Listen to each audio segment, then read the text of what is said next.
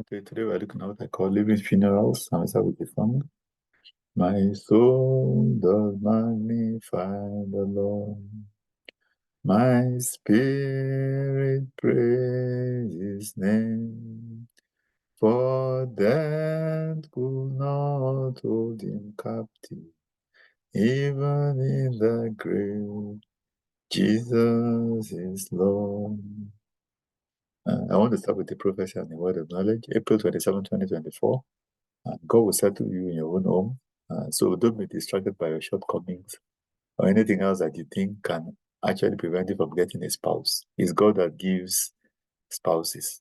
Then in terms of the word of knowledge, open your home to accommodate that traveler. Don't need to send that person away.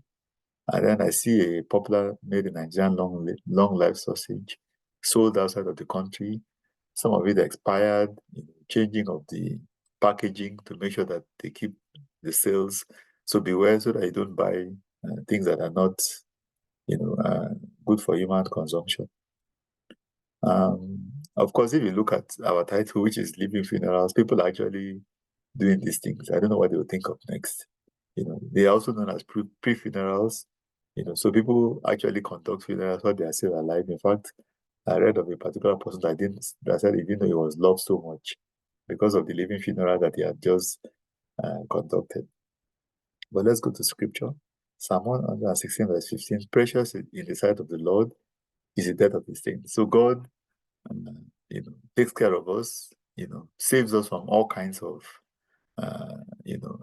counsel and plans, and traps of the enemy.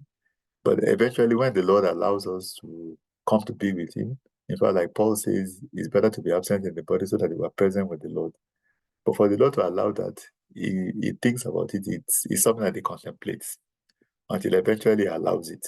And that's why the psalmist referred to it as precious in the sight of the Lord is the death of the saints. Of course, we are going to a better realm, And so I think this should really be the focus. It's not so much about, now that really matters. It's about the year after. So if you are one of those thinking of a living funeral, why not make a commitment to the Lord so that you know that your year after is assured? Make a commitment to Christ so that you can live eternally with him.